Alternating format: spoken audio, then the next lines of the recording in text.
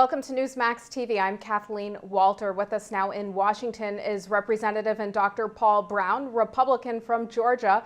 Congressman Broun is a member of the Republican Study Committee and the Tea Party Caucus. And Representative Broun, it's good to have you with us today. Thanks, Kathleen. It's always a pleasure to be on y'all's program. Thank you so much for having me. Absolutely. Well, let's start with the Irs scandal. Last night, President Obama said he directed Treasury Secretary Jack Lew to hold accountable those behind the IRS's scrutiny of conservative and Tea Party groups. The president says neither he nor the White House had any knowledge that the IRS was targeting conservatives. Do you believe him? Well, actually, Jay Carney has started backing away from that statement. We need to investigate it and find out, in fact, as our speaker said, who's going to jail, and it's going to be real interesting to find out what happens. Our committee structure is going through the process. Ways and Means Committee is going to be looking at that in their investigations and oversight subcommittee. So I'm looking forward to the results of this. It's absolutely incredible that this administration would target groups through the IRS that they see as political enemies, and that is intolerable. It must not happen. Attorney General Eric Holder announced the Justice Department has launched a criminal investigation into the scandal. Do you think a special counsel should be appointed by the Justice Department independent of justice to probe the activities of the IRS and the White House? Well, we may very well get to that. I think we need to let Dave Camp and his Ways and Means Committee look into the preliminary information, try to get as deep as we possibly can.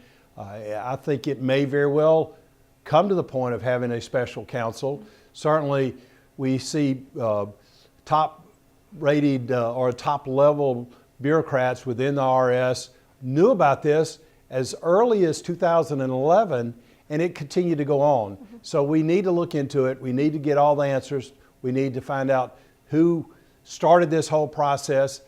Obviously, it is all the way up into the high levels of the administration. We need to find out who started this absolutely intolerable situation where the IRS is targeting individuals as well as groups. And what did they do with the donor list that the IRS demanded from all these groups? There are so many questions that we need to get into, and we'll see what our Ways and Means Committee finds out in their early investigations, and we may need to go to a special select committee. We may need to go to a special counsel. Stephen Miller, the current acting IRS commissioner who learned in May of last year that Tea Party groups were targeted, do you think that he should resign? Well, let's get all the facts. I think we have a system of justice where we need to find the facts and not make a prejudgment. So he may need to resign eventually, but we need to get the facts. Eric Holder may need to resign eventually, but we need to get the facts. I don't know.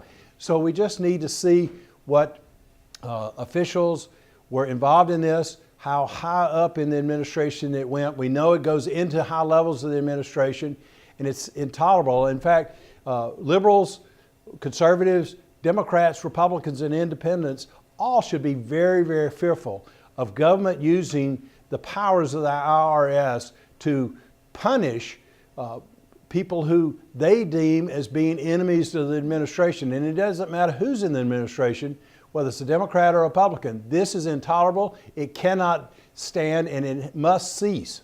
You've received support from a number of the Tea Party and conservative groups that were targeted. Can you talk to us about what the impact has been for them? How has this impacted the conservative movement, the Tea Party movement? Well, it's been a chilling effect on anybody. It's been very costly for any group. We hear Franklin Graham talking about how the IRS targeted Billy Graham's ministry. I mean, this is just inane. It's just intolerable, and it must stop. So it's cost a lot of money. It's delayed ministries and organizations from getting their 501c3 status that they deserve. And we already know that there are individuals that have been targeted. What's the IRS been doing with those donor lists? Are they targeting those people? We don't know yet. We've got to find all those things out. Considering the scandal, can the IRS be trusted to implement Obamacare? Well, that's a huge question. The IRS is saying right now that they want to hire another 2,000 agents to try to implement Obamacare. They're going to be looking into health records of every single American.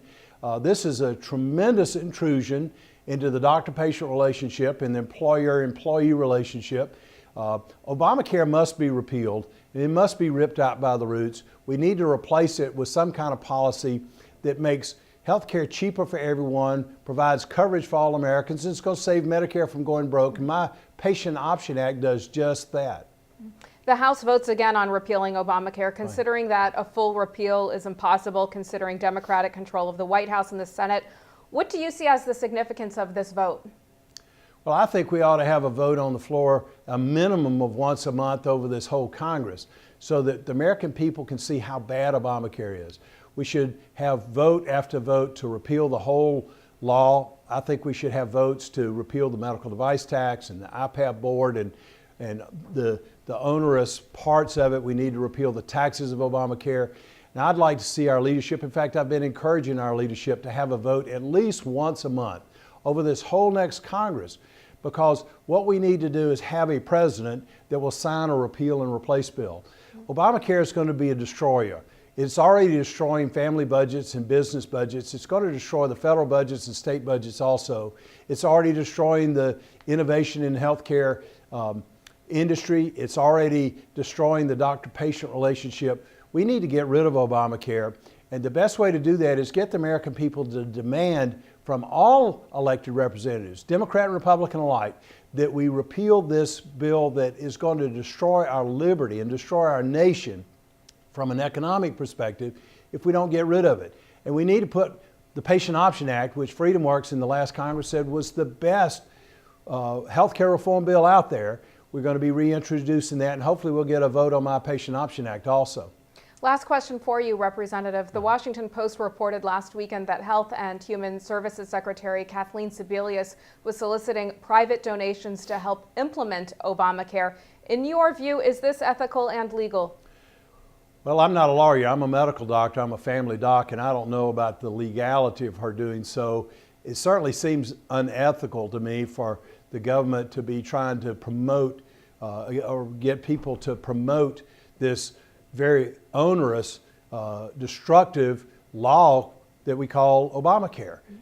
So I think she's wrong in doing that. I think we need to find out what that's all about and see if it is legal, and if it's illegal, then we need to deal with it in that perspective. And if it's not illegal, I think it's unethical for the federal government to be doing what she's been doing. So I hope she will cease and desist.